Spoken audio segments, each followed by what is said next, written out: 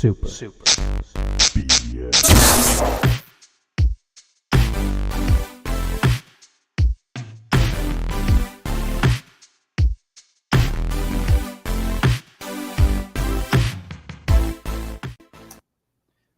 you see that sweet video where I cast Raise on you? I thought that was on you. No, that was you got eaten by Pac-Man. And I I thought that was you. No. Why would I cast Raise on myself if I'm Audio listeners love this. They're like, we totally saw it through our headphones. This was our favorite day. Oh my gosh. What is up, everybody? Welcome to Super BS, a Gamescast about video games. Mostly, sometimes we talk about other things like Star Wars and sheds. We actually spent quite a few episodes talking about sheds. I don't know what got us there, but you need to build one. Did you build one yet? No, I have not built one yet. I got to build one. I got to put like an air conditioning unit in it because I got to move some of these animals outside. We got too many in the house right now. So I feel like you remember the cartoon Hey Arnold? Every time the grandma opened the door, there's like 20 dogs and cats run outside. Yeah. That's what it feels like in this house. How many right now. dogs and cats do you have right now? On right a scale now, of 1 to 10. In the house, we have 4 dogs and 2 chickens. And I just got. Why do you have 2 chickens in the house? So chickens are weird, man. You have to there's a way to introduce them to each other, and I just haven't had the time to do it. But you gotta let them be right next. So I built a little add-on to the coop outside, and I gotta let them be right next to each other for a few weeks, and then I have to introduce them to each other. But I have to stay out there for an hour to make sure that they don't kill each other.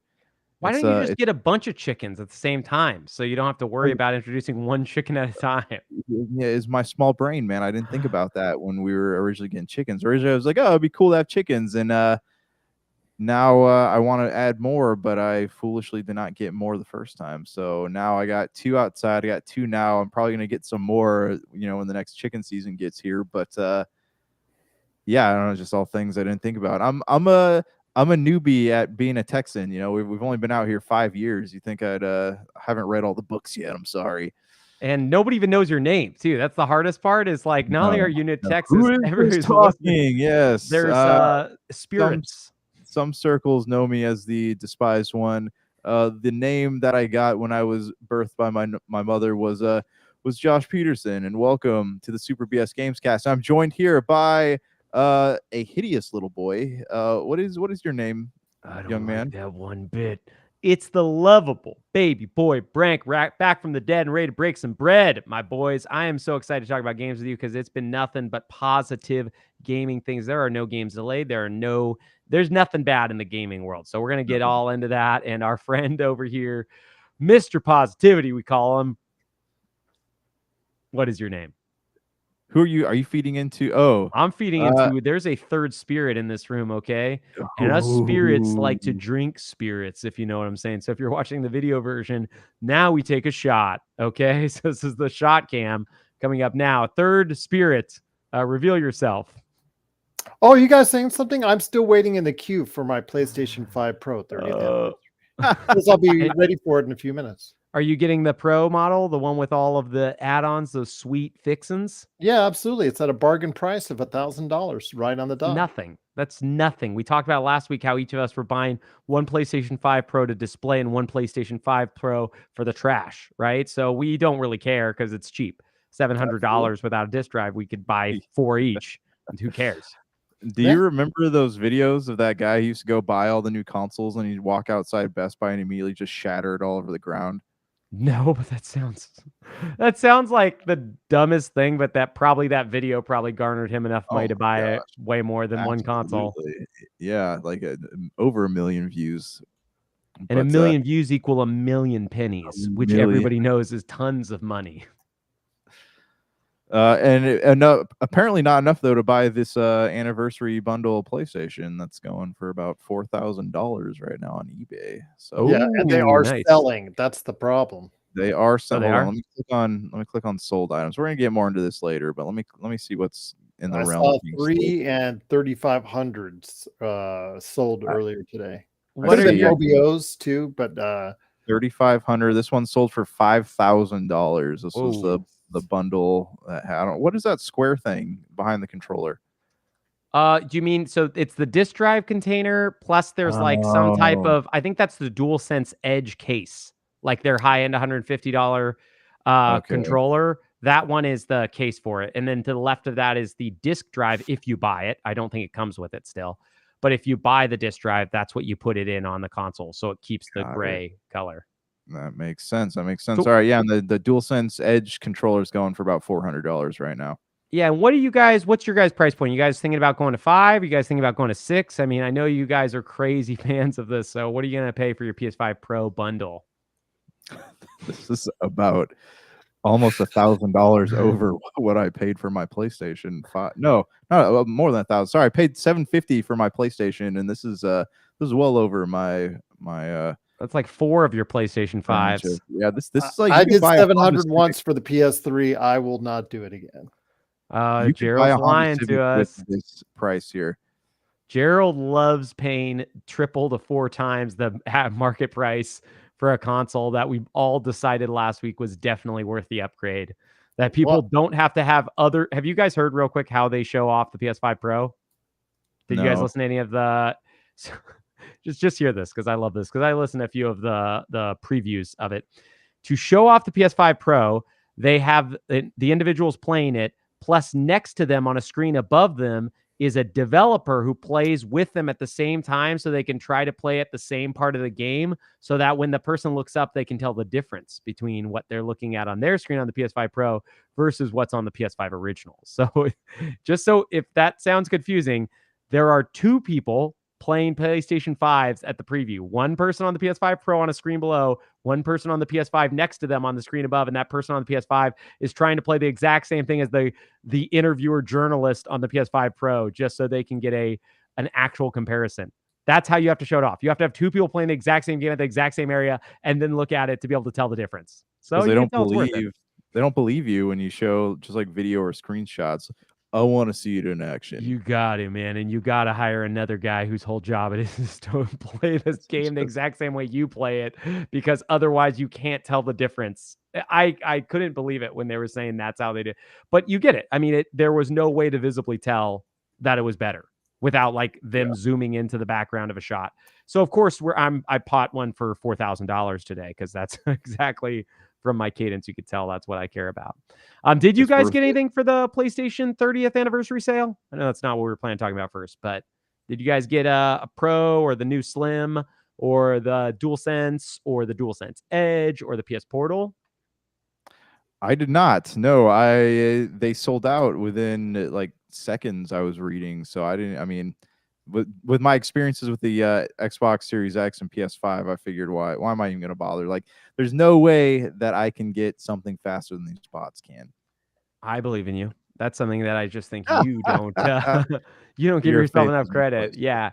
My faith is going to outdo whatever you don't think. Gerald, did you get anything? No, I mean, I was kind of thinking about getting the PlayStation 5, the 30th anniversary one. Nice. But, I was like, no, not really. I need to get a new PC. I need to start saving for that. I need to focus on that. This is a console that, again, I don't as a guy who likes past PlayStation, but current PlayStation just has not endeared me yet. There's no Uncharted. There's no new Resistance, no new kill zones on the way. Yeah. These are the things that I gravitated towards the lifespan of the PlayStation 3 and 4. And I need to see something from that before I commit $500 or $600 more to it. Yeah, I did buy a couple things. I bought the DualSense, just the regular DualSense and 30th anniversary, which I will probably keep. It's slightly more expensive. I think it was $5 more than the normal controller. So I thought, I kind of like the model. I thought that'd be fun. I never got to get the PS4 20th anniversary, I think it was. And that one always looks cool and I wanted to get it. And then I got a PS Portal, but not to keep because I have very little interest in cloud-based gaming technology, especially a device that can only do cloud-based gaming. So even though it looks, but it actually plays games locally. Ever heard of it? You can download the games, and I could also play xCloud if I wanted to, but I can play the games locally, which is how I choose to play them. So yeah, I just don't have a lot of interest in cloud-based stuff. So I will probably be selling that if possible. I just have to figure out how, because I don't think you can sell things on Amazon like this anymore. But I am yeah, man. I'm eBay pretty is your friend. Just ask people who want to sell Concord on it. yeah, that's what you do. You find people who are selling Concord, give them a 40% cut, okay? And then they'll sell it for you. I wonder if Sony is just like, or PlayStation is just knocking on the door of eBay and say, hey, you know what? I'm sure glad we could help your business over the course of the past 60 days. Just wanted to say, hello there. Be nice if you send us an extra cut. Concord prices dropped to about $80, man. 80? It's the long game. It's the long game. I'm doing the long game. We're gonna see. It was retail was like $39.99, right? So about $40 away from the original price. Well, that's double. That's literally double still the price, though. That's good, right? That's what that's what you money grubbing people want, is double your money. I'm over here just trying to sell PS Portal like an honest person for only double the price I paid for it. Okay. So you guys over here in your greedy Concord ways. I'm just I'm an honest, hardworking, humble PS Portal seller, and I'm just trying to sell that PS Portal. Hard work, man. Yeah, this is real hard work. Me on the PS Portal farms, and you guys over there with your Concord, you filthy Concord people. What else happened? What else happened besides the 30th anniversary for PlayStation? What's been going on, my boys? All right. Well, let's pause for a minute and go back and talk about what it is that we have been what have we been playing. I'll start because I don't really have that much to report. I've been nothing. I've gotten I've gotten pretty far in Astro's Astrobot game. Yeah, I started. So I realized last week that the little like floating stars, when you circle around them enough time, they open up little like bonus levels. So I've been playing some of those. I gotta say, man, some of those are they're tough, man. Yeah, what world are you in? And don't spoil any of the end of world levels, because those are very cool. So I am on the third one, so not the monkey. You're on the snake? Yeah, I'm on the snake right now. Okay, honestly, that game is so good. It probably is my favorite game of this year. It is just such a fun game. Yeah, no, it's pretty great. It's just it's so simple too. It's such a simple concept, simple game, and you can sit there, like my kids are sitting there playing it, and they can't get enough of it. Like they'll sit there and play it for like 4 or 5 hours in one sitting. So yeah, I mean, kudos to PlayStation for doing something like that. I know we talked about this last week, but we do need more platformers. That would be really great to kind of see that call back to the games of yesteryear with more newer platform games. Yeah. But Gerald, you been playing anything new, man? Still in the dyers of oblivion, trying to go up. Put another 10 hours this past week since I last talked to you guys into it, and I'm still trying to finish the campaign before I go back to Shivering Isles and Knights of the Nine and all the great stuff. But I will say again about Oblivion, it's not the best looking game. It's not the best technically run game, but I think it really set the bar high for the time as far as content. Some of it's rudimentary stuff, some of it's fetch quest. I get it. I understand it. But at the time, it set the precedent for what you would want an open world game to be. Plus the content that was added on to it was probably the best. Horse armor aside, DLC. Yeah, horse armor was the best. I agree. Yeah, horse armor was the best. No, we're kidding out there, but we love it. We're not kidding. Knights of the Nine and Shivering Isles were just probably the best DLC of that period of time. I think Shivering Isles and what DLC was it called? No, was it called Far Harbor? What was the Fallout 3 DLC where you went to like the bayou? No, Far Harbor was 4. There was a very, very fun one for Fallout 3 where you went to like the bayou, and it was let me see, it was very good. Those are my two favorite. Point Lookout. Those are my two favorite DLCs. And I think honestly Shivering Isles is the best by far. Like it's way better than Point Lookout, but yeah, those are like nonstop some of the best. So I remember Shivering Isles or Knights of the Nine, one of the two. There was a pretty bit, like the difficulty level jumped pretty high going into one of those expansions. I can't remember. I think it is Shivering Isles.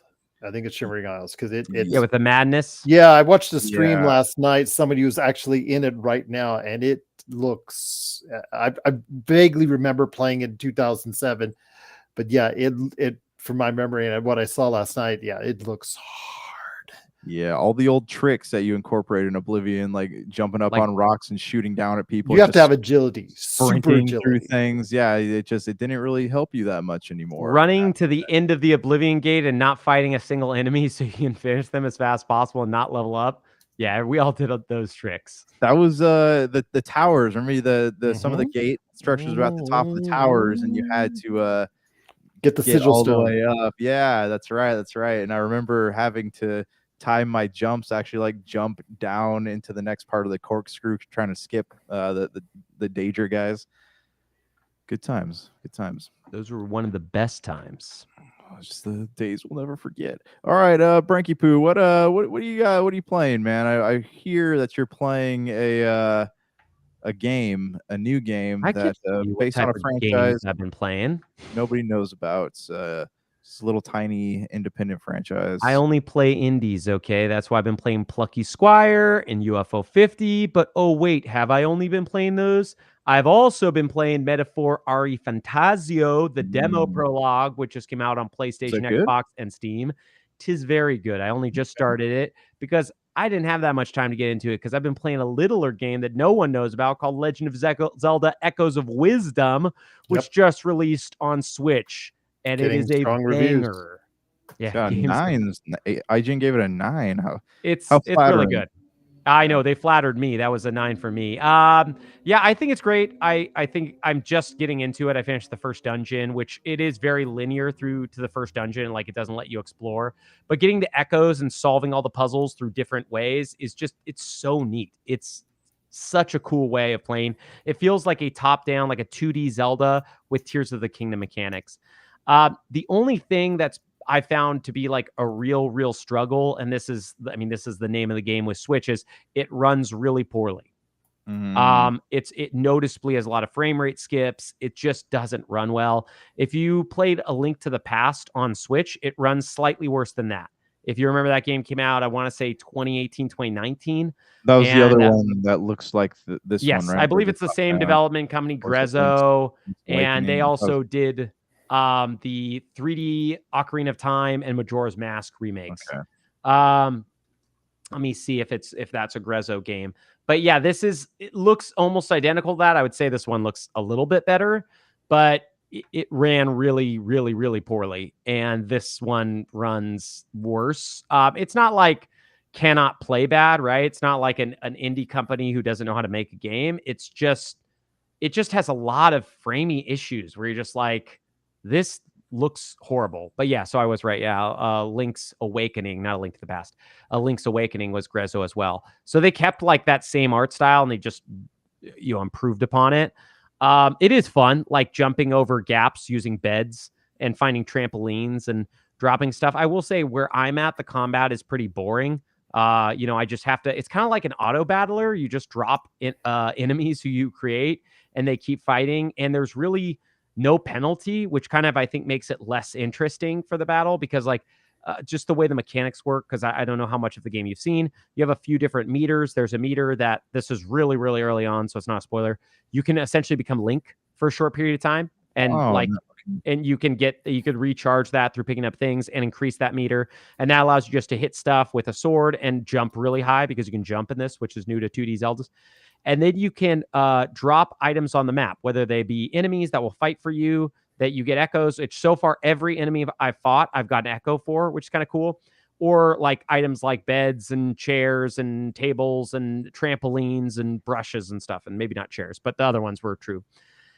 The one thing that's kind of frustrating is you get this little dude that follows you and he upgrades through, it seems like dungeons. Like I got one upgrade and it was just like, hey, I did a dungeon. Now I can do 4 of this thing. I have 4 bit blips versus 3. And all the different summons, the echoes, they cost a different amount of blips, right? So like say a Keese, the bat in Zelda's, those are 1 blip each. So if I have 4 blips, I can summon 4 at a time, right? So that's kind of interesting. That makes you make decisions.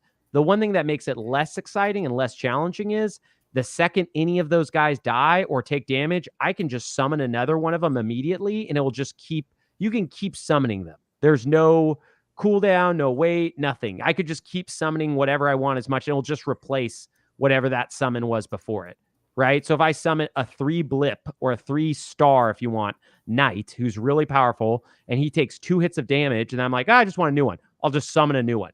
So stuff like that, I can tell, is already going to make it like less challenging mechanically, because it's just like, hey, I could literally just drop guys over and over and over again. I have to wait for them to fight. And sometimes they don't like fight each other very well. They'll like walk slowly across the map, and they're like, it's that is, I think, its biggest flaw. Did you guys know a lot about the game and the mechanics, or no?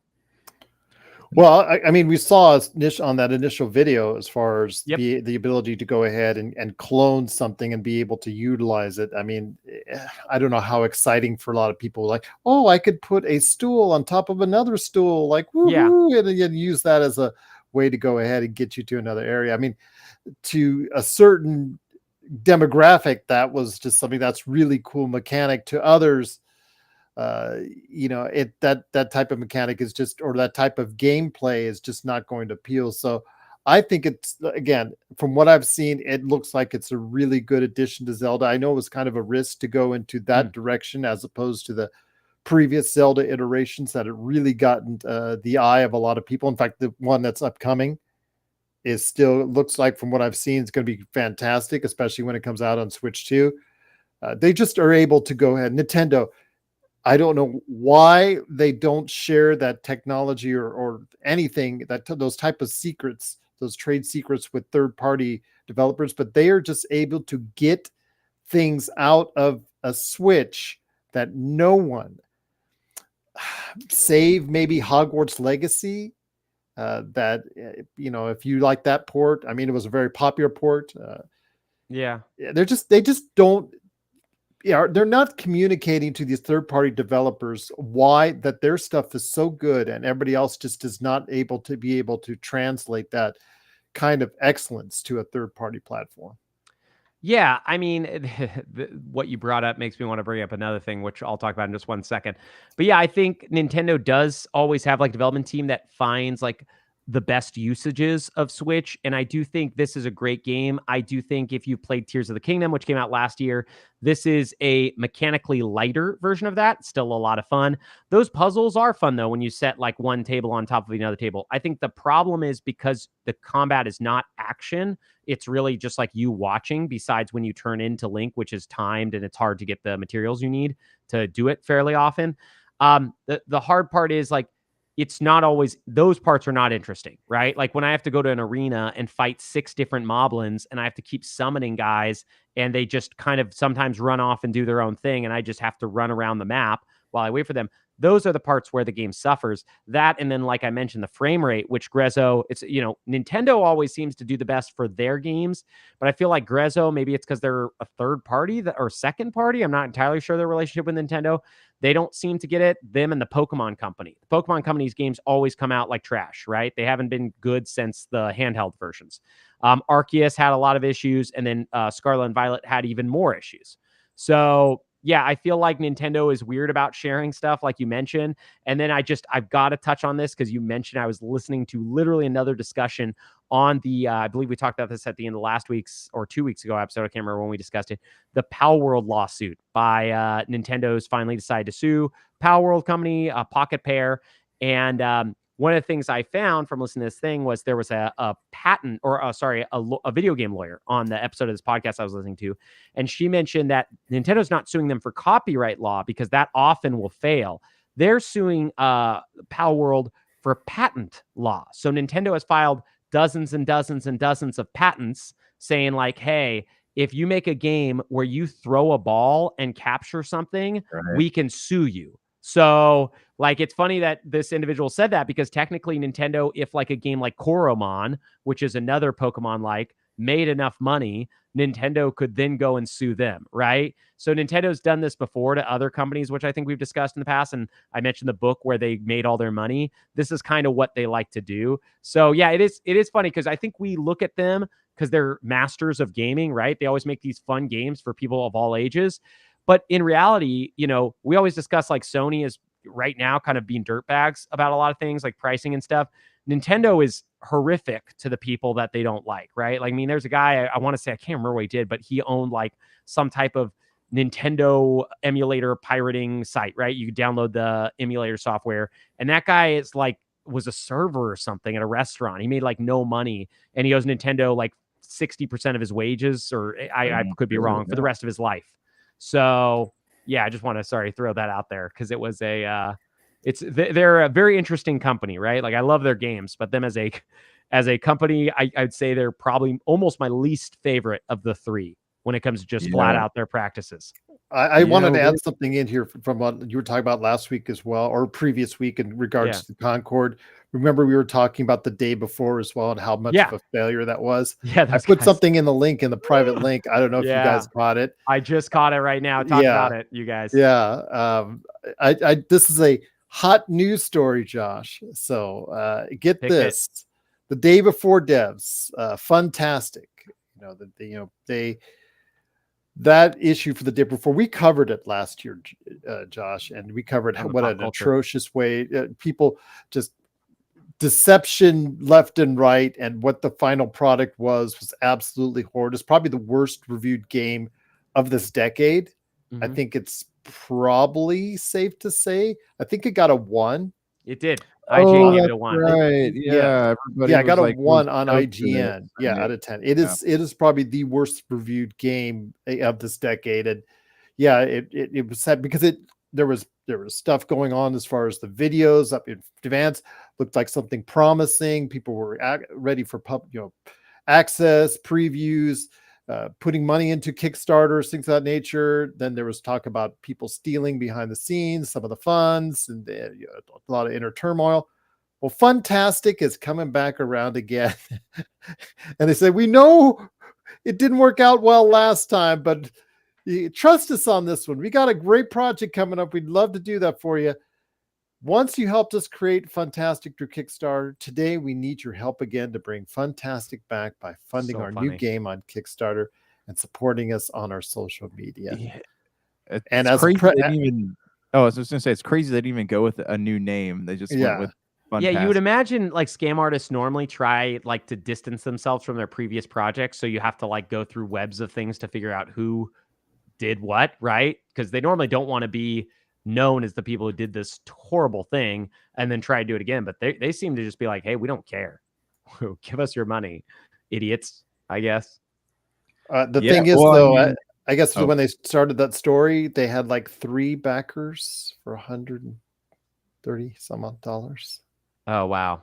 Hey, I wouldn't be surprised if those 3 backers are them or their friends, or you know what I mean? Like that's generally how those things have to work. As somebody who had a failed Kickstarter for a real project, I can tell you a lot of the backers are family and friends. And the day before, the fact that they were ever able to be successful to begin with was insane, right? And it's hard for anyone to be successful. And then they did put out something. It just was essentially like scam. But it is funny that we're talking about like kind of interesting stuff going on. The gaming landscape is very, very, very crazy right now. And I don't want to step all over the despised one himself, but I do have to bring up that I am cuckoo over Suicide Squad right now because they're releasing a character that is making me probably buy 2 or 3 dozen more copies. I already bought a few dozen when Mrs. Freeze came out. A despised one, can you let all the listeners know which ultra famous comic book character Suicide Squad is bringing in for their DLC, the very, very famous Suicide Squad game that they don't need help. So they don't even have that big name comic book people. So I don't even know. I just heard about this from you today. I didn't say anything. That wasn't me. That was someone else. But I spent a lot of money on that game. I got it free on Epic. Who is this that they're bringing in then? Oh, we lost the despised one. The despised one's internet went to 0. Okay, so Gerald, I'm gonna blow your socks off because we lost the despised one for a hot minute there. They are bringing in none other than Zoe Lawton. Yeah, I know you didn't think they would get the rights to Zoe Lawton for Suicide Squad. What are you talking about? Who is Zoe Lawton, aka Lawless? Everybody knows Deadshot's daughter. And why on earth would you need to have anyone who's who's more famous than Deadshot's daughter in a game like Suicide Squad that's already blowing up the world, right? It's like the world's everybody's playing it. So of course you can bring someone that maybe you two won't know because but for me, I'm buying every copy on the shelves for Zoe Lot, and I'm getting Lawless. I'm getting my Lawless tattoos right now. Okay. So I'm hoping you guys are joining me on that Lawless train. I thought you were going to say Lucy Lawless, and I was like, okay. Is that a real a Xena crossover? Heck yeah. That would be awesome. Yeah, I love Suicide Squad in some ways. I've never played it. I used to love Rocksteady, and I think the Arkham trilogy is still like some of the best 3D Metroid games that exist. I think they're just incredible, and they're a lot of fun. Yeah. I am blown away every time I see any decision for Suicide Squad. I feel like they were made by people that have no touch with reality at all and don't know anything. And I'm sure this character was probably decided long before the game was a flop. But it is funny that they decided to choose the least well-known people ever or make up people. Like, I don't think Mrs. Freeze is a real character. I have no clue if Lawless is one. And their Joker looked really bad also. So it's just funny because this game needs all the help it can get. It's from Warner Brothers, who always like, hey, we're losing tons of money on this. And instead of like, hey, let's choose stuff that might bring people in. Let's choose Deadshot, right? Like, let's choose a person that people actually might want to play as. Deadshot. No Deadshot. I wonder if it's a rights thing. Like, I wonder if there's like they own the rights. No, it's not. It's Warner Brothers. This is Warner Brothers. They own DC. No, I realize that, but I mean, yeah, I don't know, man. But honestly, it sounds like this is a game they should have just let die, and they're trying to cling to the hope that it might somehow come back from the grave. I think they're legally obligated to release 4 characters, somebody said, because they had told people that they were going to release 4 TLC characters. I just think it's funny that out of that, they have 4 characters that, or so far of the 4, only one is well-known, Joker. I mean, I guess you could say Mrs. Freeze because it's just a gender change for Mr. Freeze. But I just, every time I see stuff for a game like this, I'm like, man, you really just couldn't make this easy for yourselves and try to put like the characters that were popular in your game. But, well, they're going to get all the money from me, at least. They're going to get my $20. I'm going to buy every copy I can find. Twice on both consoles. I mean, honestly, it's probably worth $5 now. I mean, Gerald was getting it for free $99. I imagine a lot of other people did. So I think I could probably buy several copies for $20 if I would like. All right. Let's take a walk or a boat ride or a plane ride. Let's go to the land of the rising sun here for a minute, shall we? Whoa, we're on the plane. Okay. That was a plane sound effect in case you needed to know. Are you sure we weren't hearing an actual plane right there? I don't think that's a sound effect. I was on podcasting from Southwest Airlines. All right, so we have this here little game show called the Tokyo Game Show, and Xbox made an appearance here. I think they normally do, right? We normally get what? Okay. Yep. It's okay. Gerald, you take over. Well, as far as so I think he was about to talk to us about Microsoft's TGS showcase. We totally lost one. Yeah, TGS. Well, a lot of interesting things the whole week, whether it was the Sonic showcase, whether it was the PlayStation showcase, and also the Xbox showcase. So it's good. Only thing we didn't get really was Isn't Nintendo. it crazy? We got one last week. I literally on this podcast swore upon my own life, so I guess I have to commit seppuku, that there would be a Nintendo showcase in September. What? Yeah. You said poopaku? Is that what you said? No, I said I have to commit seppuku, which is what happens in the Japanese culture when you need to die honorably. I thought it was seppuku. I thought that's how you said it. I don't think it's seppuku. It's seppuku. Gosh. All right. Anyways, let's argue, both of us who neither know Japanese. Let us argue over the pronunciation of this Japanese word we don't know. Anyways, or harakiri, either one I'll commit. I was very surprised, Gerald, that there was no Nintendo showcase. I cannot believe. I still am wondering if we're going to get like a Sunday night announcement for Monday. They haven't missed September, I think, in 7 years. So this is the first September, I think, since 2017 that they haven't had a Nintendo Direct. It's time's running out. I think the Switch 2 announcement, it's coming. We don't know when. Are they going to save it for December and Jeff Keighley's thing? Has he got it in with Nintendo? I mean, it would probably be the smartest thing. You're probably getting it to the largest audience in doing so. So that could be their reasoning. But tradition is something that's very paramount in Japanese cultures. So Yeah. to not do it is very eye-opening indeed. Yeah, this has been a strange year for lots of reasons. I think a lot of it's because this will kind of go down as, even though there's a lot of great games that came out, a lot of that's just because so many people are making games. This has actually been like a light year for gaming in the AAA landscape, right? Like, we can discuss this later, but some game got delayed out of November, which was a biggie. And outside of the Dragon Age surprise, all we've had is delays out of this year, right? Like there was originally supposed to be the Metal Gear Solid 3 remake. That is not coming now. Avowed was supposed to come. That's not coming. I would not be surprised if we somehow get an Indiana Jones delay out of December. So it is really strange to see all this. And then like Nintendo, who has done the exact same thing every year for forever, has decided, hey, we're also not doing that. We are releasing a big game in September, but we're not doing any type of like announcement of what's going on. We still don't even know what the Switch 2 really is outside of everybody knows it's coming out. But yeah, I don't know, man. This has been a strange one, but I will say I read up on the Xbox showcase for TGS. It was at 3 a.m. Pacific time, so I didn't get a chance to watch it.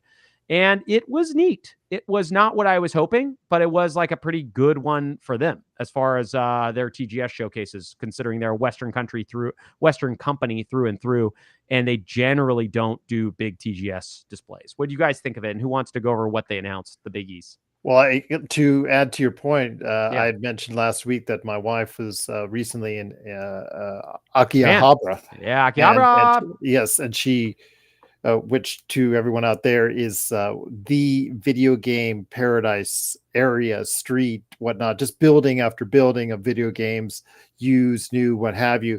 And she was going through a 7th floor of a building, which was just nothing filled with pop culture and stuff, action figures and video games. And there's a huge section for PlayStation, a huge section for Nintendo.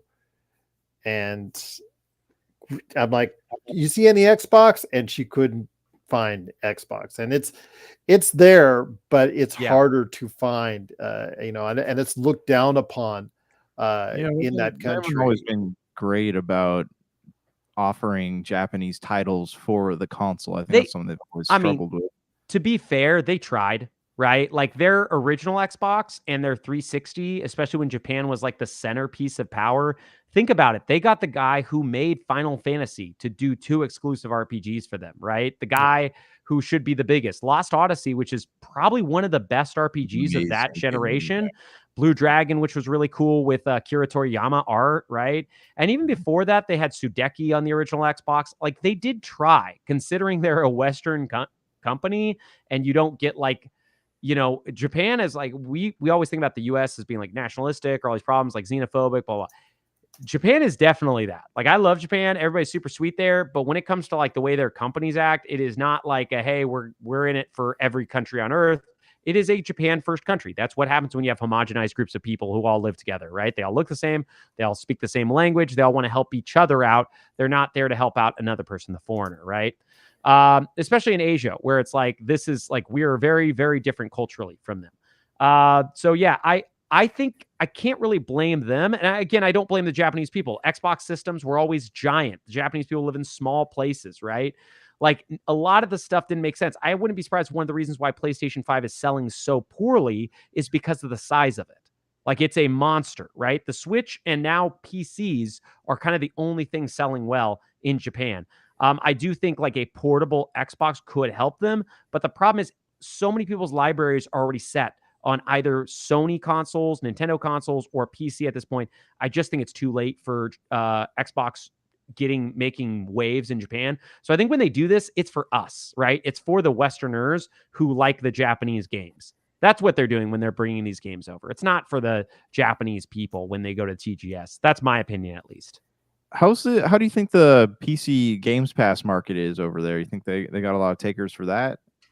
I don't know a ton about it. I just know that PC is slowly gaining like relevance over there. But I mean, for me, I think PlayStation had a huge footing through the PS4 era. I do think the PS5 pricing plus limited availability, plus the fact that it's more expensive in Japan, is making it a less appealing console, right? And the Switch is just Japanese people. When I was there, they have books in their pocket and stuff. They still like to read. They like to do stuff portably. They're on trains for long periods of time. They don't always have a ton of time to sit in front of TVs. That's kind of what I was gathering when I was there. Because you spent just to clarify, because there was someone that made a comment in the chat. You have a familiarity with the Japanese culture because you lived a little bit, yeah. Well, so I lived in China, but I also spent. I mean, we normally go to Japan pretty often, right? And Chinese and Japanese have some similarities in their culture, but the big similarity that I noticed from Japanese, because we would see it like kind of every time we traveled, is they'd bring a lot of portable stuff with them. And unlike the U.S., a lot of it didn't seem to be tech. A lot of it was actually like books. Like I saw more people reading in Japan than I've ever seen anywhere else in my life. Right? They're just like pull a book out of their pocket and read it on the train. But from what I've heard, from what I've read, one of the biggest issues for the PlayStation 5 is the size of the console, right? Like that was a huge issue. And one of the reasons why the Xbox One was like not appealing to the Japanese at all is because it was a monstrosity compared to the PS4. The PS4, if you guys remember, was considerably smaller. That's funny. You don't think about that. Like you can fit the Series X easily in a backpack, but the PlayStation 5, like the standard size one, you could not fit in even like a big backpack. Yeah. Yeah, but anyways, like, sorry, I derailed us. What do you guys think of the lineup? Was there anything that stood out to you guys from the games that Xbox announced? There weren't a ton of heavy hitters, but I was just curious what you guys thought. Yeah, I mean, there's a few here. I like the hold on, let me go to the top here. I just like the fact that they still have a commitment with Xbox, despite the fact that Xbox is where it is sales wise, that there is still a commitment from the Japanese dev community that they are still producing games that will still end up for Xbox customers. Yeah. I thought the Visions of Mana just came out at the end of August. I thought it was neat that Trials of Mana and Legend of Mana came to Xbox, right? Like that day and on Game Pass. I would have loved it if they would have brought the Collection of Mana, which I still think is exclusive to Switch, and potentially the Secret of Mana remake that's on Steam and PS4. I would love to see both of those come to Xbox. I personally just don't get why any of these older games are exclusive to any consoles anymore. It doesn't make sense. They're not getting some upper hand. No one's choosing their console based off of the Mana collection being on Switch. So I would have loved to see that, but it is nice, right? It's a step in the right direction. Was there anything that you liked, Janky? Yeah, so this is the first time one of the Atelier games is getting an Xbox release. So I'm curious to see how that will do. But yeah, I mean, I enjoyed the last Atelier game. I took me a few times to get into it. But yeah, Atelier Ryza, and then 3 was the last one to come out, and it was a PS5 exclusive. And also yes, it was on Steam. I don't know if it was on Switch. Oh, was it? Okay. I mean, console wise, like if you want a physical copy, you can only get one on PS5, if I remember correctly. It's also on Switch. Okay. But they had the one other biggie, really the biggest one they announced today was the Final Fantasy Pixel remasters. So right now on Xbox, you can play Final Fantasies 1 through 15, excluding 7 Remake, 7 Rebirth, obviously 16 is not included, and Mystic Quest. So Mystic Quest was that weird Super Nintendo JRPG. I don't think they have a copy of it anywhere, but the Pixel remasters was kind of the biggest news today. They had a Metal Gear Solid Delta trailer. They also had updates for Age of Mythology, which I don't know if that's very popular in Japan. And they also mentioned StarCraft, which was interesting. Like I didn't expect that to be announced. I want to say it was a StarCraft remake was announced today. But whatever it was. 1 and 2, correct? Yeah, 1 and 2, and they were coming to PC Game Pass. So that makes me think that either this was for the Japanese audience and they're really into strategy games, or this was for all of Asia. Because if you remember, StarCraft had a huge popularity, turnout in Korea. South Korea is like the big StarCraft esports place from years ago. So I thought was interesting. Nothing super crazy. I mean, I love Katamari. So the We Love Katamari coming to Game Pass is blast. Those games are always just a ton of fun. You could buy them on other consoles for $7, but the fact that they're coming to Xbox, more people can play them. Awesome. Was there anything else you guys spotted? Because I want to get to some of these other biggies before we got to go, and we're already spending all this time. No, I mean, it's just nice to know like Dragon Quest 3 HD 2D remakes getting released on Xbox. Like a lot of stuff I thought was going to be exclusive to PlayStation is getting pushed out on the Xbox as well, which is good. Yeah. I do think anything that they can do to like get more games onto Xbox. I mean, this sounds like light years ago, right, when this happened. But when they announced the Yakuza games were coming to Xbox, that was huge, right? Like they were a PlayStation exclusive. Every Yakuza game I've purchased has been on Xbox. So really, I mean, like stuff like that means a lot to me. I'm sure people felt that way about the Persona games too, when they brought Persona 3, 4, and 5, and then they had Reload as part of Game Pass this year, right? And now they're having Metaphor Refantasio, where they're getting the co-marketing deals, where at the end of every trailer it says Xbox. So I do think like this push that they've been doing, it's been slow. They're still not getting everything, right? Like Sony's land, it was Japan. I feel like it's way more Europe and US now. But I do think like Microsoft's doing a pretty good job of trying to do what they can to get people excited when they're like, hey, you don't have the games that we want. You don't have games from Asia. They're like, hey, we're doing it. We're trying. It's taking forever, but we're going over there. Yeah. Yeah. I mean, again, like I just think it's great now that we actually have like options on which console we want to play these games on. You know, we don't have to don't have to pick one or the other. If we're looking at getting those achievements, we can play it on there. If we want the trophies more, we play it on the PlayStation, which is something we've never been able to do before. Yeah, and if we want to be able to play it wherever we want, you just buy it on Steam, and then you get it on Steam Deck, and then you play that wherever you want. And everybody has a Steam Deck on this podcast. That's why we do a Steam Cast.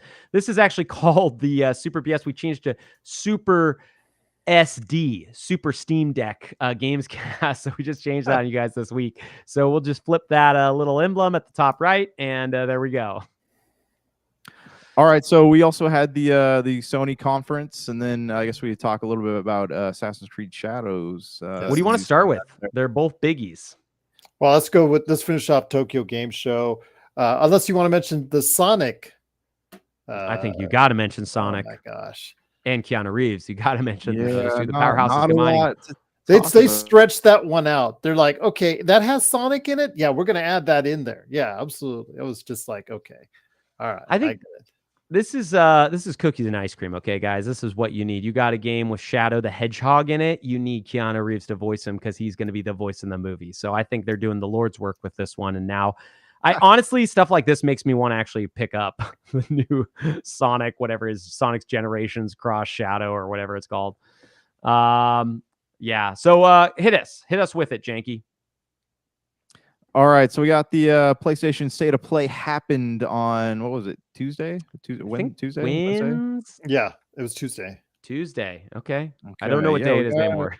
We got some neat disagreement on the day. What day is it? It doesn't matter. We got some neat games and some unnecessary ones like this Horizon Zero Dawn remaster. You mean the most necessary remakes? Right. I really wanted to play. I mean, I don't know. It's they announced the price. The upgrade price is going to be $10, but then now I guess it's up to like 30. It's not 30. Yeah, they upped the price of the actual game because there's a $10 upgrade. Game. Yeah. I would love it though if to prove to people why they needed the Horizon Zero Dawn remaster, they had a picture-in-picture of the original Horizon Zero Dawn on PS4 while you're playing, and it has like a circle around saying looks bad or something so people can know. So they know they're playing the best version on their TVs. Because honestly, I wouldn't know. It's probably going to look like I would think it looked, right? Because it was a good-looking game. That was not the issue with the Horizon Zero Dawn. It was boring, but it was a good-looking game. A little too soon for a re-release like that, though. But I mean, I guess we're at that place in gaming history where everyone wants their franchises on the same console. I mean, look at the Master Chief Collection.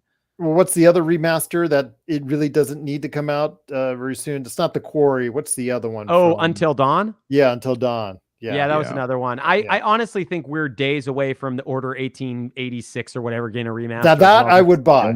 I would get that. I would buy. Like, keep those remasters coming. We need more. I'll go get my the Order 1886 shirt. I'll bring on my lanyard out here. Yeah, absolutely. The game, the look. I love the world, but yeah, the game. They need to remaster that game. They need to extend it they need to double the playtime. Need to go ahead and make a second one, and then just man, it's just one of those games. The whole game. Were we talking about one of those games that was just not reviewed very highly that you love? That's one that I don't know why I love it, but yeah, absolutely. I mean, I'll admit, like, I played the first 2 hours and I thought it was really cool. It's a beautiful game for the PS4. It's absolutely one of the best looking games on that platform. But I will say it is funny that Sony is like, they are telling people what remasters they're going to get when everybody on earth is screaming remaster Bloodborne, right? Like I'm one of those people as well at this point. Like, I would pay $60 for a Bloodborne remaster if it had 60 FPS. I think most people would, because it's really hard to go back to Bloodborne at 30 and there's no option. There's no PS5 patch. There's nothing to do. But instead of that, they're going to remaster a game that ran at 60 FPS 4K on PlayStation 5 already, and then charge you either $10 or $50 if you want to buy it new in a store. Blows my mind. Literally blows my mind. Because we've been super negative, though, there was some pretty cool stuff. Like, I was stoked that they're doing a Lunar remaster. The old PS1 RPGs, those were like very rare RPGs, Silver Star Story and Blue whatever. You can't find those on PlayStation. Like, you go to online, I think they're still pretty expensive. You go to mom and pop gaming shops, still can't, very rarely can see those hundreds of dollars. Yeah. And then I thought the Astrobot, the additional levels, I thought that was great. I was kind of a little bit bummed out it wasn't a blind drop. I thought it was going to be like, play it today, right? But it wasn't. It's like hey, coming out. A game that I already mentioned earlier, Pal World, is coming to PlayStation 5 today, but not in Japan, which is funny. Interesting, yeah. Yeah. Well, because the lawsuit's happening in Japan, so that's why they didn't do it there. But go ahead, sir. Oh, I was going to ask, so am I the only one that every time I see a trailer for Monster Hunter Wilds, I want to play it less and less? I don't think it looks very good. But I also am not a Monster Hunter fan, so I'm like the worst person to talk to, because I think graphically it doesn't look any better than World did, and I have no interest, and they keep shoving it down my throat. So I don't really know who it's for. The same game as World was, so I mean, I don't really see any reason why I'd want to go pick this up. I don't know if they ever make an RPG instead of what it is, which is a loot grinding game that has no RPG mechanics outside of you can upgrade your armor by crafting better armor.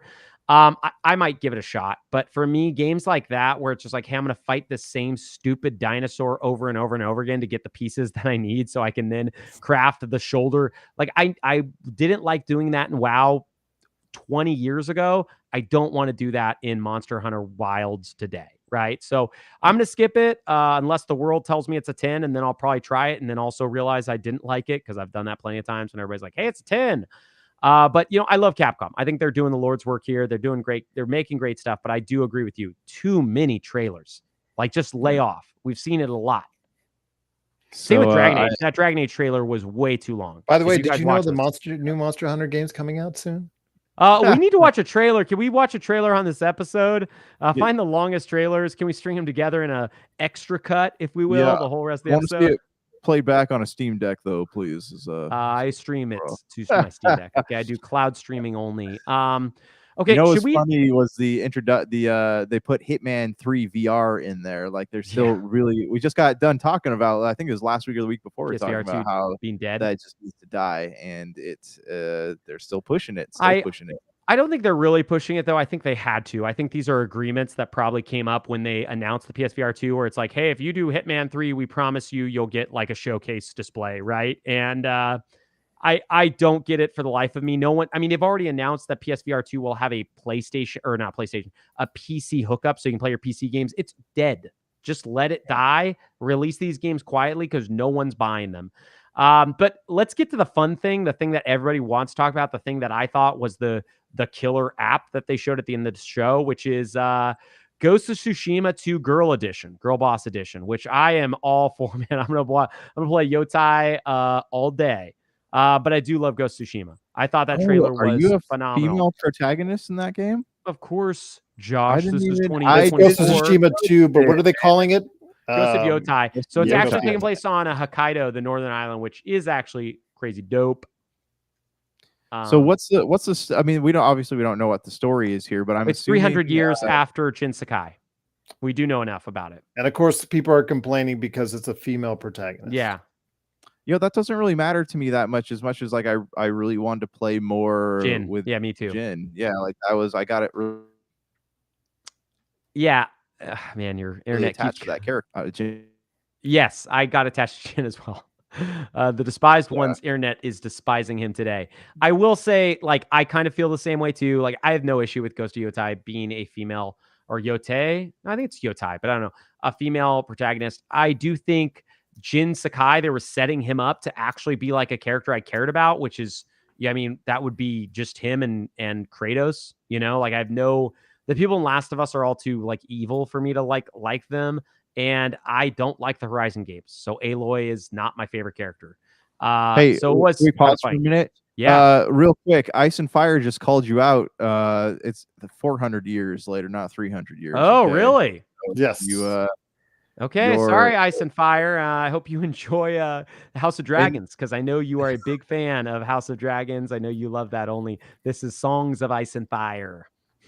Anyone else want to call out Brank? Feel free. You're not allowed to call me out. Max Gain says, I will not play that game. I do not want to play as a woman. She is not even good looking, because I guess that's a requirement. I didn't know that was a requirement. I will quote the former Sony head responding to that. His quote was, if you don't like it, don't buy it. Simple as that. Is that what he said? Yeah. Oh, about Ghost of Yotei? Pretty blunt.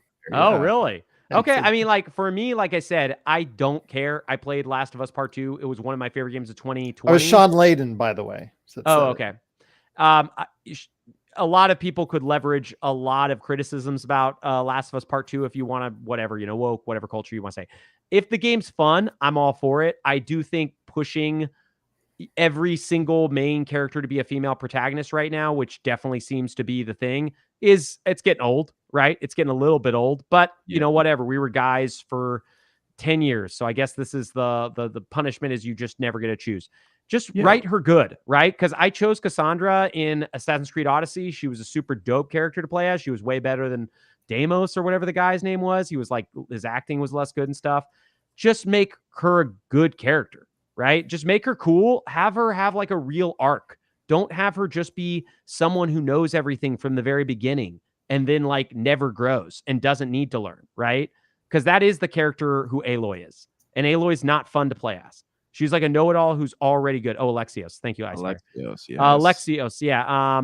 And like Aloy is a character who never needs to learn anything. There's no progression for Aloy, in my opinion, right? Like she just learns story beats. Like the first 20 minutes of the game, you got to see a little bit of Aloy. Oh, you mean like when she loses her dad, right? Like that. But I'm just saying, as like the whole rest of the game, like Jin Sakai has an arc, right? That game has a really cool Japanese spaghetti Western samurai film arc, right? Where at the very end, you feel pretty different about Jin than you do at the beginning. Like he changes a lot as a character. That's all I want to see. If they write her well, that's good. The only thing I get sick of is like, hey, we got to do this, but we're also not going to write the character well. Just don't do that. Just spend some time on it, right? Yeah, I mean, as long as it's good. Yeah. And then they have those sweet bamboo chop side quests. Oh, I love those. Yeah. Just, I hated the haiku stuff. I hope they get rid of that, where you have to like look around for the word. Like I ended up just like choosing whatever word I could the fastest possible. I thought they all never strung together well. I tried to make them cool at the beginning. And I was like, oh man, these all are lame. But I love like the sitting in the sauna, the chopping the wood. I thought like I love that game. I mean, that was like easily my top 5 games of 2020. But yeah, I'm hoping it's great. That's all I want, is it to be good. I may be, joking that it's Girl Boss Edition, right? But it is like, that's just how every game is. The other game that we're going to talk about at the end of this podcast also has a Girl Boss Edition, right? So yeah, it's, as long as they write her well, I'm all for it. I cannot wait for this game. It will probably be one of my favorite games of 2025. Because reality, games don't even have to have the best story for them to be the best, because they're gameplay. which just make it fun too. And I'll Well, be stoked. okay, so you know what was something big about Ghost of Tsushima that I enjoyed was that the game was tied into a historical event. So Oh yeah. That was historical cool. character. So I mean, if this does something similar, I think it'll be fine. But like I said, we didn't really get too much of a glimpse into what. Again, I just don't like to get into those semantics, Josh. I just ask, is this game fun? If this game is fun, I'll play it. If this game is not fun, I don't care who the antagonist is, the protagonist. Oh, the protagonist. Oh yeah. He was just saying though, he was hoping that the game is like going to be semi-historical, not like actually historical. But Max Gain, he was like, I'm just not going to play it because the protagonist girl, she's not good looking. I was like, I don't care. I just want the game to be fun. If she's a super hot and the game stinks, it doesn't matter. I agree. I agree with you, Gerald. I do think like it's fun to talk. I mean, it's not fun. It's interesting, I guess, to talk about these things just because like we see them a lot more culturally. But at the same time, like when it comes to actual like gameplay, that's the most important thing, right? For me, it's like, hey, gameplay is number one. That's why we play games, right? Otherwise, this would be a visual novel podcast. We would be talking about games where we just choose, this A. I clicked A, and now I go to A storyline. But then if the story's great, right? Like there have been games where I got sick of playing the game, but I was excited to see the story. There aren't a ton of those, but there were a few of those in my life, Yeah. And as long as they do those two, I mean, you can make me whatever character you want. I just love joking about it because, like I said, I mean, it's like between like Lawless and, I mean, Assassin's Creed Shadow 2, like, I actually thought it was cool. Well, Max Gain's game can be fun and a woman can be attractive too. The Bayonetta series that has an attractive lead character, Stellar Blade. Those are incredible games. Yes, it just has to be a well-made game. That's all I ask. I don't care who or how attractive. There doesn't have to be that. It's a video game character for you. Right. But I guarantee you, if there's an option on what are you talking about, Assassin's Creed Odyssey that had what was her name? Alexios and Cassandra. Alexios and Cassandra. Yeah, if there was an option for you to create your character and like expand the girth of nice of the one, I guarantee there'd be so many videos floating around the internet of people doing like there were Tomb Raider, overweight assassin. I honestly I kind of wish with the way like culture is, I kind of wish they'd bring back creative characters. Like, I wonder how hard that would be to do and if it would take away from the story. Cause I feel like just don't let it go as far as Conan Exiles. Oh yeah. No.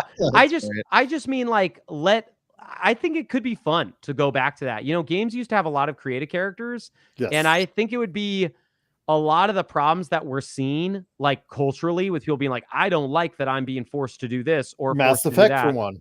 Yeah. Yes. Mass Effect is perfect, right? Mass Effect, one of those things like, hey, if you wanted to put a pronoun thingy in and you want to put this, who cares, right? Like just play it the way you want. Yeah. Let the person make the character and do the thing. I will say like, I thought Yasuke was cool because I'd heard about him as a character. I read up people were super angry because he's not a real samurai, blah, blah, blah, the character from Assassin's Creed. But whatever, he actually existed, right? Like, so it was cool. They took a historical person who was working for like a samurai or something. I can't remember what the actual story is. Nobunaga. Yeah. He was working for like a feudal lord or something. So, I mean, there's like legitimately historical realness tied to that character. I think people coming against him is a little bit lame. But I mean, it was par for the course of what we expected. Let me ask this: in Max Gain, he did mention earlier. He said he thought it was disrespectful towards Japanese culture. So, I mean, that is a really we're not Japanese, so I can't. I can't. Yeah. So the really interesting thing that Max Gaines is correct about, but the funny thing is, like, the fights are happening, I think, here. I don't know if they're happening in Japan. They seem to be happening in Western culture. Wasn't that mostly like sent a petition out to Ubisoft? Yeah, back when they first made that announcement, he's asking like, "Hey, if you're gonna tell our stories, please be respectful to our culture." Yeah, so that's actually an interesting thing about both of these games, right? These are like a tale of two games right now because we're talking about Assassin's Creed Shadows and Ghost of Yote, right? Is like they are both Western game companies making these games about Japan, right? And truly, we haven't had a Japanese company make a great open world game in this ilk, right? They had Rise of the Ronin, which came out this year, that did let you create your own character. I tried it out, but it wasn't that great. It was actually, in my opinion, it was the worst of like the Neo-like games that they've made. Only slightly better than Wolong, which I didn't like very much. So yeah, it is funny, right? Because these are two areas where it's like, I feel like, I guess we don't have a leg to stand on outside of we're also pundits just giving our opinions, because yeah, we aren't Japanese people.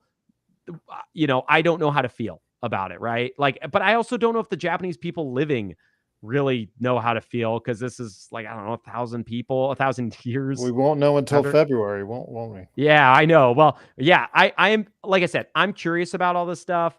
This is like a really big cultural thing over here and over kind of all the Western countries. There's the groups that's like, hey, just shut up and don't say anything about it ever. There's the groups that are like, hey, this is so lame, I'm not going to buy the game. There are a lot of people like us that just want to play good games, and just, I find it more amusing, right? Like when you're like, hey, I'm going to make this character as ugly as possible. It's like, okay, that's a choice, but yeah, you could do that. But again, Concord didn't like fail because of all that nonsense. It, in my opinion, right? It failed because it was a $40 free-to-play shooter in an already crowded market. It wasn't just that the character model was boring. That was unremarkable in every sense. Yes.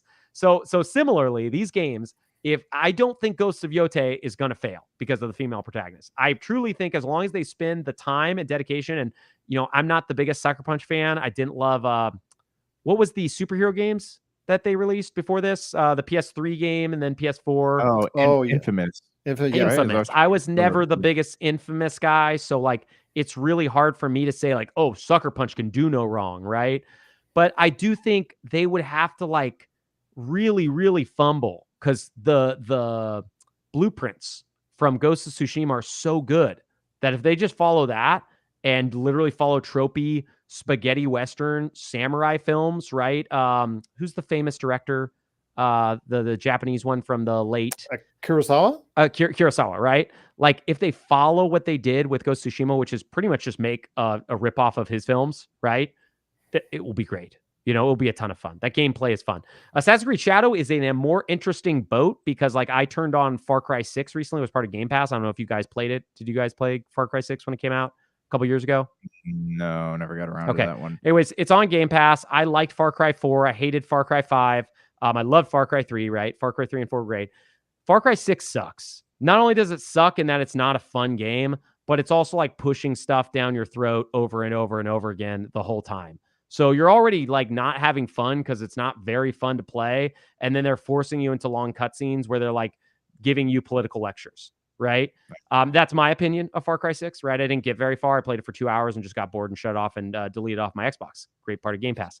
So I am a little bit worried about Assassin's Creed, right? We didn't get to talk about it yet, but Gerald, if you want to fill everybody in on what happened to Star Wars Outlaws, Ubisoft has a reason to be afraid. Well, there was obviously, we talked about all the divisiveness about the character itself, the lead character being a woman, being not the most attractive woman in people's estimations. Uglifying her, to be fair. That was the funny part. It hasn't sold to projections that has made the shareholders in the company happy, which is probably the main reason why they are delaying Assassin's Creed Shadows to February. So the people who wanted this game to do poorly got their wish, apparently, because it's not meeting expectations at this point in time.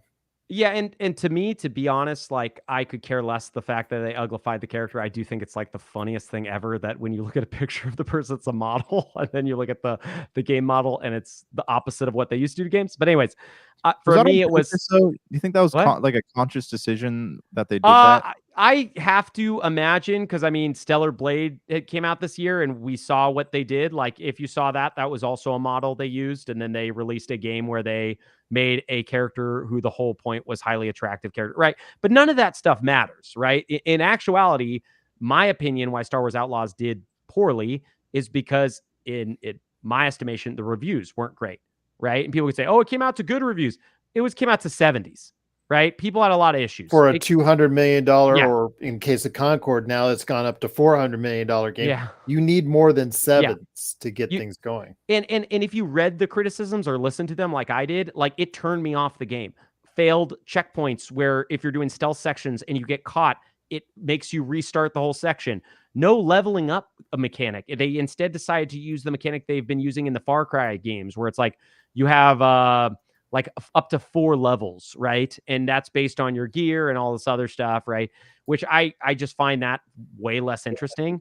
So anyways, sorry, I know we're probably getting the end. I saw that we got thank you to new subscribers. That's what I didn't want to, but yeah, so I think that Outlaws definitely had some real issues that weren't just like the cultural ones. And I think that this is the right call for Assassin's Creed Shadows. I know it's not what Ubisoft wants to, but I think if they have bugs, because that was another thing that people complained about Star Wars Outlaws, they said it was really buggy and people lost progression. And if you remember, the people paid $100+, they lost their saves before the game came out because they had to reset everything. So it's like, you don't want to do that, right? Like you don't want to punish the people who are your biggest spenders. It's not consumer friendly. No. So that's never stopped them before, though. Like, remember, Unity was bug ridden when it came out, and they pushed that out anyways. But with the eyes, with just the eyes. I remember when I used to, when I wrote stories on that. Yeah. Don't you guys remember what happened right after Unity? They released Syndicate, which was supposed to be a much better game, and then they stopped making Assassin's Creeds for a while. They literally stopped. That was right when they took a break, and then they came back with Origins, where they rebooted the whole series. So we're at a weird point where, like, from what I heard, Assassin's Creed Valhalla made $1 billion. It was one of the biggest selling Assassin's Creed games ever. But it's not remembered fondly. I don't think anybody's putting Valhalla as their favorite Assassin's Creed. At least I'm not. I don't know anybody who is. So that's not exactly what you want, right? Like sometimes your game has higher sales when the past one was great. The next game is the one that suffers. So I think they're worried with Shadows, and rightfully so, right? Like, what does Ubisoft have to show since 2020? A Mario and Rabbids game that sold poorly, a bunch of free-to-play games that disappeared. Avatar. Dude, has anyone talked about Avatar since it came out last December? Like, I haven't heard one person mention it.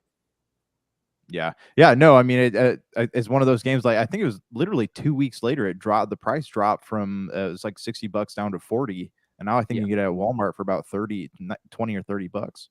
Yeah, it's for me, I'm at that point where it's like they are very close to, and I don't know who can buy them, right? When we saw the Microsoft Activision buyout, like I feel like that set a precedent for like no one's going to be able to buy these big companies anymore. They're just going to put FTC lawsuits against them till the end of time if anyone tries to buy them. So they might just go under. Right? Like this is a real, I think, fear. Now they might get bought out by someone else, but they don't have a lot. They've got Assassin's Creed and like some old games like Splinter Cell that are incredible that they haven't touched in years. So what did they release this year? Skull and Bones and Outlaws? I mean, literally. Sorry, to be fair though, they knew Skull and Bones was doomed, but I think they had already like their foot was too far into it in order I still think like PlayStation did it, and we're always going to remember them releasing Concord. But if they would have just never released Concord, I think we would have had a much higher favorable opinion of Sony's first-party output. By the way, I think you are really selling one of the major IPs for Ubisoft short in Just Dance. I really just am very offended that you did that. I mean, you used to own a store. I'm sure that's like actually their #1 game, but I've heard it's been declining recently. My girls, I got one for my girls, like I think Just Dance 2023. But yes, it is funny because you actually, when you buy it, there's no cartridge in the game. It's just a download. Yeah, it's a code. So, would you guys get it on Switch or is that on everything? You just buy the Switch. Well, we got it on Switch. Oh, but you just buy the Switch, and it's just like the Switch version of it. And it's there's just, you open up, it's just a code. And I'm just like, the funniest thing about Just Dance is I feel like it's somehow getting worse. I feel like I hear that Just Dance, the most recent one, is one of the worst ones they've released. So it's like, how is that possible? You guys have made the same game every year. How is it possible you're making it worse somehow? Like it's not rocket science. You're doing the same game. So, yeah, I mean, yes, you are right. I forgot. I'm underselling that. I'm also underselling whatever that stupid Rainbow Six, though. No, Rainbow Six. I got one more. Well, I got one more for you guys. the Prince of Persia remake. Remember that did back on the Oh, 360? dude. Game What was about Prince? amazing. Yes. What about Prince of Persia this year? That Yeah. game was also incredible. But the problem Yeah. was it was a $50 2D Metroidvania. I Yep, don't feel like right. a lot of people picked it up, No. man. Not making good choices. So it's hard. There, Ubisoft. I mean, if this podcast was 4 years ago, or even when we first started Super BS, boy, we had nothing but praises. I mean, every Ubisoft game, I was like, give me more, give me another one. And then they just made these bloated messes where I'm like, I don't want to play another one. And now I'm like, I'm ready for it. I was excited for Shadows, and they're pushing it back. And now I'm like, well, when's Ghost of Yote coming out? If it's coming out like 2 months, if it's a March, April release, which I doubt it is.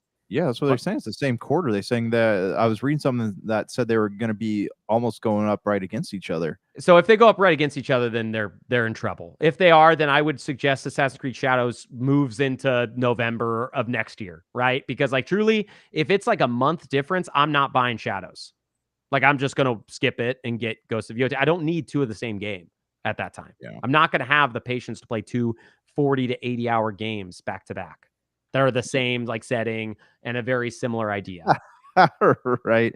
Okay, so the more concerning thing I tell you about Assassin's Creed Shadow is the fact that, and I quote, it is the biggest Assassin's Creed game we've made to date. And I remember thinking, we've talked about this before, the Valhalla. Max Gain was talking about Valhalla, being a popular game. I know we've talked about how big Valhalla was and how long it took to cover all the places on the map there.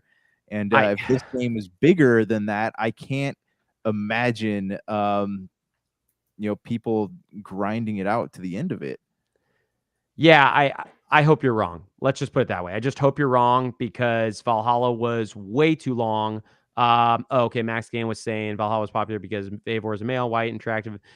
Max Gain, though, real quick, you could have also chosen a female Eivor, and I didn't get to they have like some switcheroo right at the very middle of the game. Jank, you beat it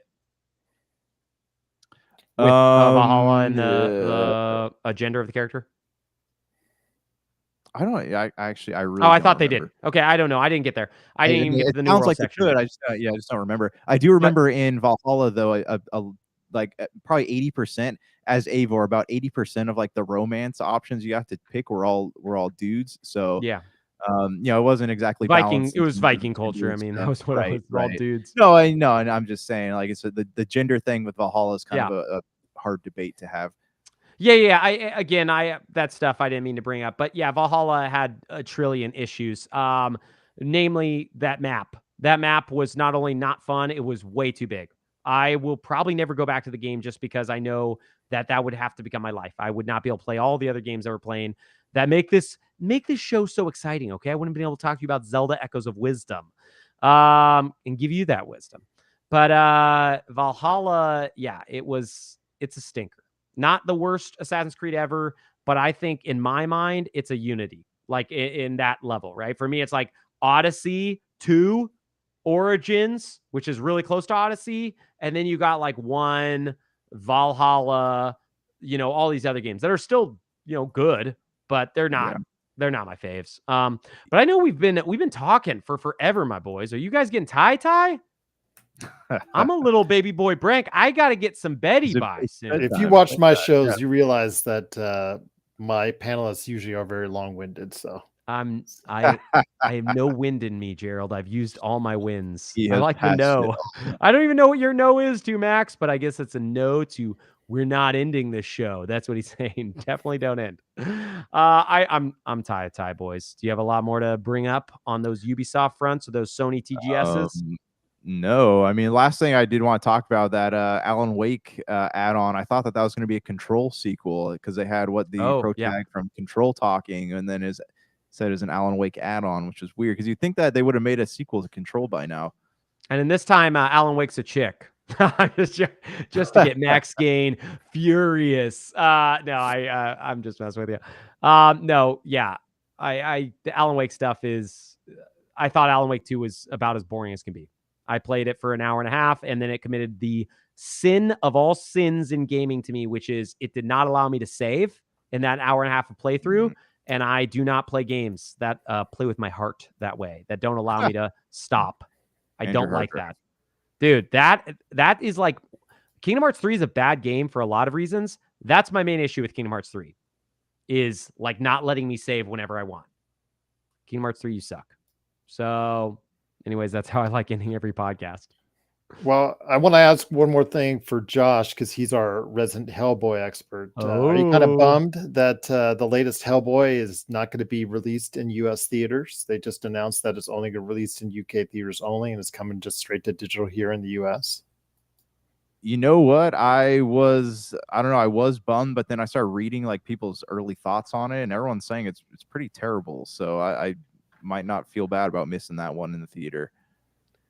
I think he's going to fly to Europe just to watch that Hellboy movie because he loves it. Is it called The Crooked Man? Yeah, the comic's amazing. Like the source material is great. Mike Mignola was working on this one, and he said it was the best adaptation of it yet. But I think it's clear that Hellboy is not a character that really hits with people in the theaters. Like it should probably be like a streaming series. I love Hellboy 2. I've watched that movie like once or twice. It is so funny. Absolutely. Hellboy 2 is like a blast. Ones, yeah, they would have been those movies were great, but I think Guillermo del Toro was the only one that had the ability to do that movie right. Yeah. Guillermo del Toro was like on a heater back then, man. Pan's Labyrinth, Hellboy 1 and 2. Mm-hmm. Dude, he was a genius. And then he went to what is Death Stranding? And he became Heartman. Well, he did get an Oscar, Shape of Water. He got an Oscar for Heartman in Death Stranding. I think that was the name of his character. Did anyone play Death Stranding beside me? What was the name of his character? Oh, Dead Man. Sorry. Oh, you mean that walking simulator? Yeah. No, it wasn't a walking simulator. It was a baby carrying simulator. Delivery simulator. UPS simulator. That's the future. Yes, you're right. But his name was Dead Man. I'm sorry. I would never want to call him Heartman. How many boxes can we stack up on the top of? Yeah. This is how you properly deliver packages. Yeah, Shape of Water is a weird film, right? For a lot of reasons. Isn't Death Stranding just an extension of Daryl Dixon? See, Max. I don't know, man. That's something for you to decide. On that note, we'll catch you guys later. Please subscribe to the podcast and share it with your grandma. It'll be our grandmas love this. They specifically like us talking about identity and gender politics in regards to Assassin's Creed Shadows and Ghosts of Yote. That is our grandma's favorite discussions. Okay, and if you don't talk about stuff with our grandmas, we're gonna be angry at you. Okay, so we'll talk to you next week. What are your grandmas even doing if you're not discussing this stuff?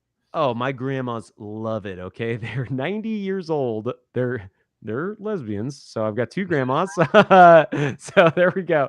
Actually, all my grandmas are dead. Sorry, grandmas. R.I.P. But yes, we will bring this to our grandmas next week. We will actually change out. Our grandmas are going to be on the show instead of us. So next week, enjoy an all grandmas episode for Super BS. That's what we do. We do only all grandma episodes here. So. Okay, boys. I can't even imagine. Okay. All right. Peace. Peace.